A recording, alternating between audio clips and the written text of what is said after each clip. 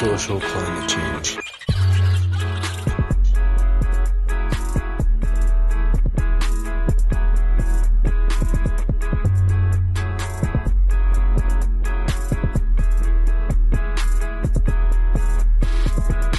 Just calm down. Yeah, like, you don't really even know your great-grandparents. Like, So, like, you got Narcan twice, No, I got Narcan 5 different times. The 5 last different time I times. overdosed. Last time you overdosed, you were with your ex. I overdosed on the street. They Narcan me 5 different times. They let me leave that same night.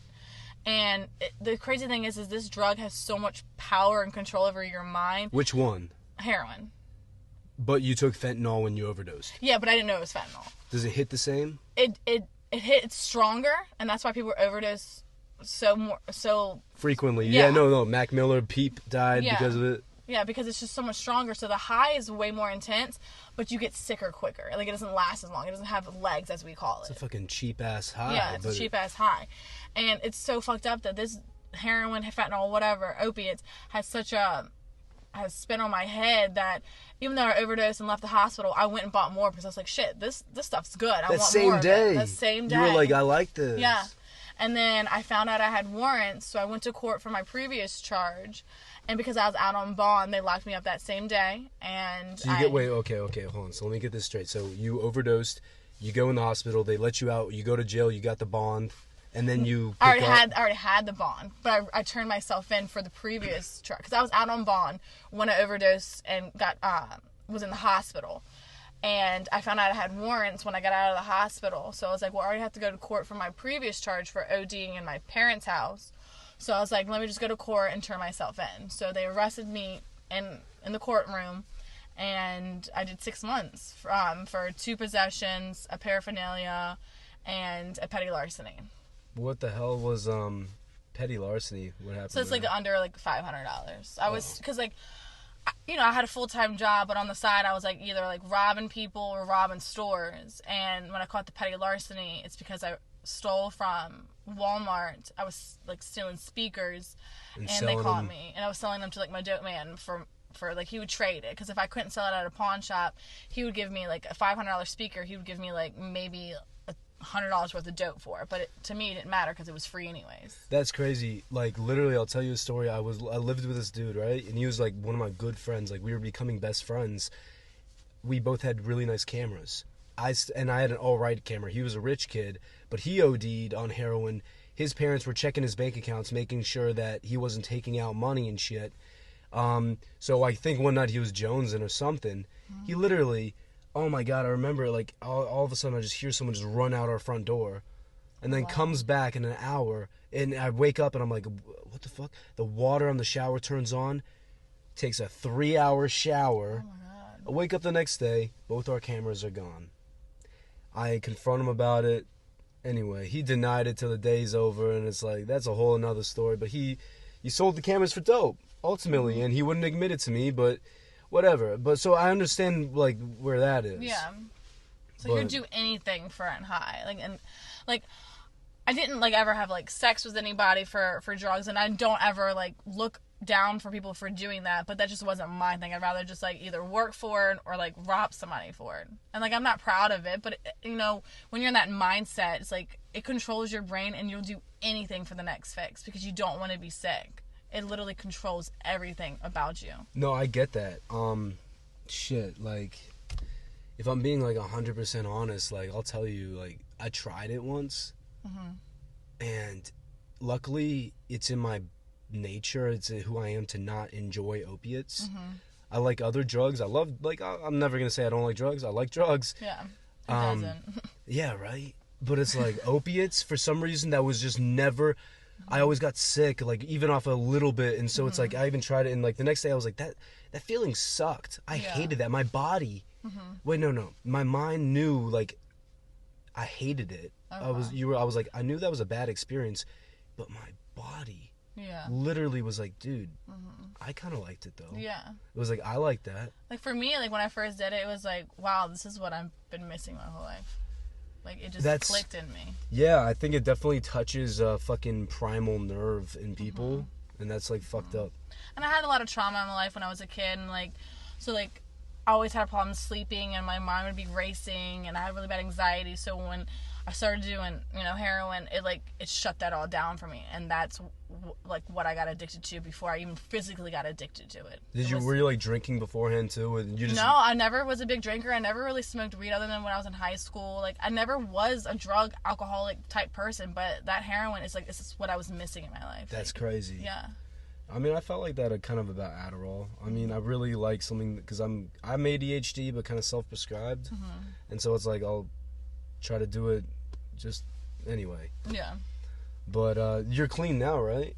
Yep. A little over 6 months clean. Congrats. Yeah, thank you. What happened with the last court thing? Like, why'd you have to go back to court like last week or something like that? Because when I got out of jail in June, I was clean for 2 months, got back with my ex. He was still getting high. So I relapsed with him. Yeah. I started getting high for like a month, and I did drugs that I never thought I would do. I was smoking crack every day. I was shooting up meth, shooting up coke. And then one day we went on a run to go rob a store for something to like get money. We were like Straight selling up Legos. rob. Yeah, we were like selling Legos because it's like a really high profit at this like Lego store. Holy shit! And like actually selling Legos. Yeah, it's like a Lego store. It's like a pawn shop for Legos. I've never heard of and this if you get like a lot of them, let's say it's $500 worth of like Lego store price. If you go in there with them, he'll give you half the price. So but it's wait, like, I'm really curious about that. Like, do you mean like regular ass Legos? Yeah, like Legos in the like Walmart, like but kids like the Star Wars yeah, ones? like the ones that they build, like Harry Potter, all of that. And Harry Potter was like one of the most like popular ones because a lot of kids love like Harry Potter and shit. Or like you can go to like Barnes and Noble and they have the ones that you can build like the Eiffel Tower or the Capitol, and they're like $200. Those are collectibles. Yeah, and we used to steal those too. But I had gotten caught at Walmart, which I didn't want to go there. I told my ex, I was like, we've already been caught here before. I don't want to go there again. They have secret shoppers, facial recognition. We're already banned from there. And we went, and the cop pulled us over. He went to jail because he ran from the cops, and he already had warrants out for a larceny that I was not a part of. And they let me off that night with a summons saying I had to show up for court the following week. And so I was either go to court or try to find me a rehab. My cousin, he's really big in the sobriety community, and he knows somebody that got me a scholarship to Florida. Full scholarship for rehab, an intensive rehab, where I wasn't allowed to have my phone or communication or leave for 2 months. I did that. That's interesting. Like, I don't think that they have enough money to like. It's funny how much money they put towards like prisons, but not. But rehabs. where the fuck is the money to the rehab? Exactly. 'Cause I feel like, in a way, they don't want people to rehabilitate, or they think people can't. It's like if people are willing to get better, then they're gonna get better. Of course, they're not gonna get better if they don't want to. You have to be willing to change your life. It's not easy being sober. Even people that aren't even addicts still like to go out and have a drink or smoke weed or this and that. Yeah. You know what I'm saying? Like, people like to wind down. So it's not easy being stone cold sober. But if you're doing the right things and doing it the right way, you can be sober and be happy. You know? So did you go to prison or jail? I went to jail. So did they have any kind of rehabilitation programs within that worked at all? Or? I mean, they have a place called the Rise program at the jail in New Kent, but it doesn't really have very high success rates. Yeah. There's people coming in and out constantly, because people don't take it. Because when you're in jail, like, people take sobriety or whatever seriously, but when you get out in the real world, all that goes away. You forget about everything that you did in jail, you know what I mean? Because it's the real world. So that's why you've been waiting to get out there, and you're finally out there. So I mean, like, I fuck all relapsed, that. So, but this time it was different because, I went through therapy. I talked about my feelings. Like, I went deep down into the core of why I do drugs. It's not even just because I like doing drugs. There's a reason why I do them. Why is it? I think a lot of it was just trauma. I didn't like who I was. I was not confident of who I was, and it's helped me to. I mean, I'm still learning because I'm only 6 months sober and nobody's perfect, but I've learned to, like, accept who I am. And if no one likes me, then that's on them. It's not me, it's them. You know what I mean? And, like, everyone makes mistakes, and I need to not beat myself down for things I've done or things that have happened to me, and not play victim all the time. Because I tend to play victim with situations and have people say, poor me, instead of looking at myself. I mean, it's like, I would hate to say it, but I feel like that's the way that these jail systems, and they kind of make a one in their feel. Mm-hmm. It feels like they're the phoenix that have to rise out of fucking ashes, and it's like that's kind of what people do on the daily. Like, shouldn't we make it a little bit easier in general? Exactly. And I just, like, curiosity wise, like, how would you make the fucking rehabilitation programs better in those jail situations? How would you make it to make someone even want to follow that in the real world? What would get you going on that? I don't know, because I just feel like sometimes, like, because I was in the program only for a few days when I was in jail, and then I heard, like, stories of everything, but I just feel like they don't go about the right way. They don't, like... What do they do wrong? I mean, because it's ran mainly by inmates, and I get it, like, you have to have your peers teach you things, but it's not... It's basically based on just money. Like, every time somebody goes into that program, they get paid. So they don't really care. The inmate gets paid? No, like the jail people, the people that work, like the sheriff, and like, he gets paid every time somebody signs up, even if they quit a day later. They still get money for it. So it's only, like, it's all about money. They don't care if people rehabilitate. I feel like they should have therapists come in, because it's not just learning what the steps are and how to work the steps. You also have to go deeper than that. You have to go into somebody's, like, soul and see why they act the way they act, because it's not even just drugs. People are in there because they act out and, like, robbing people or stealing cars, this and that is an addiction on its own. You can get addicted to anything. It doesn't have to be drugs. You can get addicted to sex, prostitution, anything. You can get addicted to feeling bad, and you'll find, like, that's why people cut. Exactly. That's why people, like, it's like you get addicted to these releases, it feels like, and it's like, what I find interesting is, like, because we all have yin and yang, right? A good side and a bad side. My thing is because obviously society's having an issue with dealing with the dark side of things, and that's a hard thing to deal with. So there must be a constructive way that we can like, flourish our dark side in a way. Like, how do you let loose on your dark side without it being detrimental to everyone around you? Exactly, yeah. And that I don't have an answer to. Like, I don't know, like, if I had to guess, I would say it has to, like, the only good way for dark feelings is art, is literally like being in a screamo band and, like, fucking screaming, or like writing like some mean ass poem, or like write some random shit, just write fuck like a million times in spray paint. Like, it literally, it just, I think you're right, and I think it's really nuts that, like, I just think it's nuts that, first of all, that the U.S. government wanted a prison system to act as such. They wanted a business. They wanted to create a governmental business, and that is exactly what the prison system is. Exactly. That's why they flooded the streets during the Reagan era with all these drugs that are highly addictive to human beings. It's like they understood what was going on, and so what they decided to do was cash in on this. Oh, it's so nuts. It's like a dealer, literally, it's like a dealer giving you the first hit for free. Because they know you're going to come back. Exactly.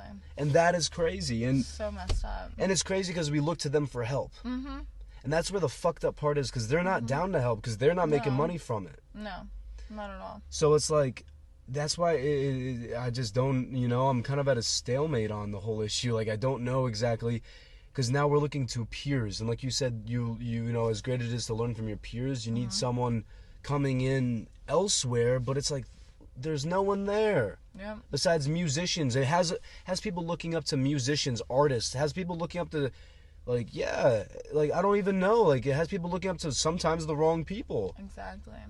And I don't know, Like, influences are really big. That's why, like, I try to post, like, such positive things on my Facebook, where, like, people that are down at work, I try to be uplifting and positive to them, because it's like, how you go about your life, people can see that, and they crave to want to be like you, or be happy like you, and they can feel your vibes. Like, I've noticed, I've met new people, and they said as soon as they speak to me, they just feel this great aura about me, that I just beam, like, confidence and just, like, great things. A positive ass vibe. And it's like, I didn't used to be like that. Even before drugs, I was never, like, really that positive, but I've learned to be that way, because if you continue to try to, like, stay in that negative spot, you're never going to get out of it, Yeah, that's a very, so do you think, do you think you didn't, relapsing, overdosing, going to jail, do you think that is what made you a positive light? Is that what you're saying? Because I do believe that our negative situations do shape us. It did help, but I think, honestly, like, the when I got caught with my ex, it woke me up, like, dude, what the hell am I doing? Like, I'm about to go back to jail again and lose my life again. It's not worth it. And like, even when I went to rehab for the first few weeks, I wasn't even about it. I didn't believe in AA. I didn't believe in any of that. But the longer I was in there, like, I actually believed it and felt confident about it.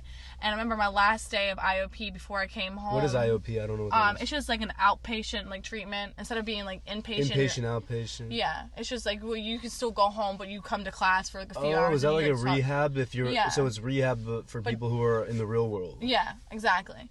And I remember one of the therapists, he said to me, he goes, I'm very proud of you. He goes, I remember when you first came here, you were slouching in your chair. You didn't care about nothing. You didn't believe in this. He goes, but you sit up now with a positive attitude and you sit straight up in your chair like you believe in this and you want to share the positive message to other people. And he goes, that is amazing to me and this is why I do my job. Yeah, no, can I be honest? When did he say that to you? In January. Well, okay. I just remember you worked here maybe last summer for like a little bit, and we got in a fight. Like, me and you were on a party together. I remember that. I remember it too, and it was like an asshole part on me, but it's like you looked at me, you're like, what did you do? And I was like, I didn't fucking do the checks. And like, either way, like, we were both off. Like, you know, honestly, like, I just was not in the right place as well. But what I find is very interesting is like when you came back, like, there was a shift. Yeah, and it's I amazing. mean that, and I mean, like, I noticed it, and everyone else, like, notices it, and it's like, it's just what the hell can you, like, why, what made that shift? I don't know, like, I feel like I also had like a spiritual, like, experience, like, when I was down in treatment. I noticed, because everyone has their own, like, spiritual experiences, and one of mine was, I noticed how I was, like, I felt warm and happy inside when I saw people doing well in life and enjoying things and improving and just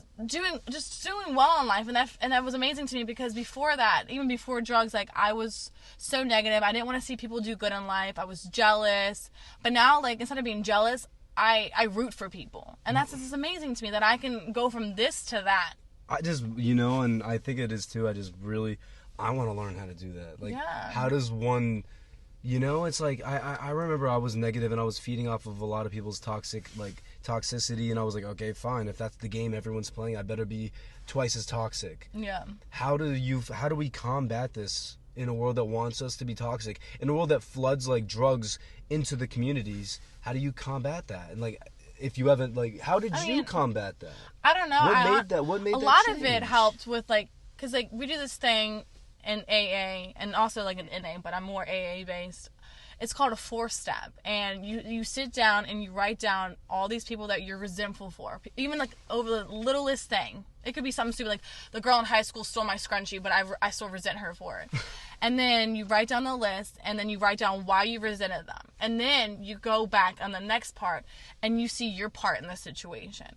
So it makes you look back at yourself, like, maybe it's not just these people, maybe it's myself, and what am I doing to cause this situation? That's really fucking interesting. Yeah, and I feel like, honestly, you don't even have to be addicted to drugs or alcohol or whatever to do this 4-step. I feel like normal day people would benefit in doing a 4-step, because it makes you sit back and look at yourself the way you don't want to look at yourself, because people don't want to see themselves as the bad person in the situation. They want everyone else to be the bad person. Yeah. You know what I mean? Makes them feel better. And then once you look back and see how because, like, even like with someone with trauma, let's say somebody like raped somebody. Okay. It's not saying that, when you look back at your part in the situation, it's not saying that what that person did is okay, but how are you living your life after the fact? How are you going about your day? Yeah, this person may have raped you, but by you going about your life angry and upset with everybody and miserable, it's not helping you. You know what I'm saying? Like, it's destroying you. So in fact, that person wins more. Yeah, the person wins. So what you have to do is forgive them, not for them, but for yourself, so that you can move on with your life. And I know that's tough, but that's what you have to do. Because if not, you're going to sit and wallow in your misery until you can't take it anymore. That's crazy. Mm-hmm. That's really nuts. Yeah. I don't even know what else to say right now. Oh my God. Do you have like an Instagram you want to shout out? I do not. Well, it's Alyssa. Yes. Say bye to the people. Bye. Peace out, guys.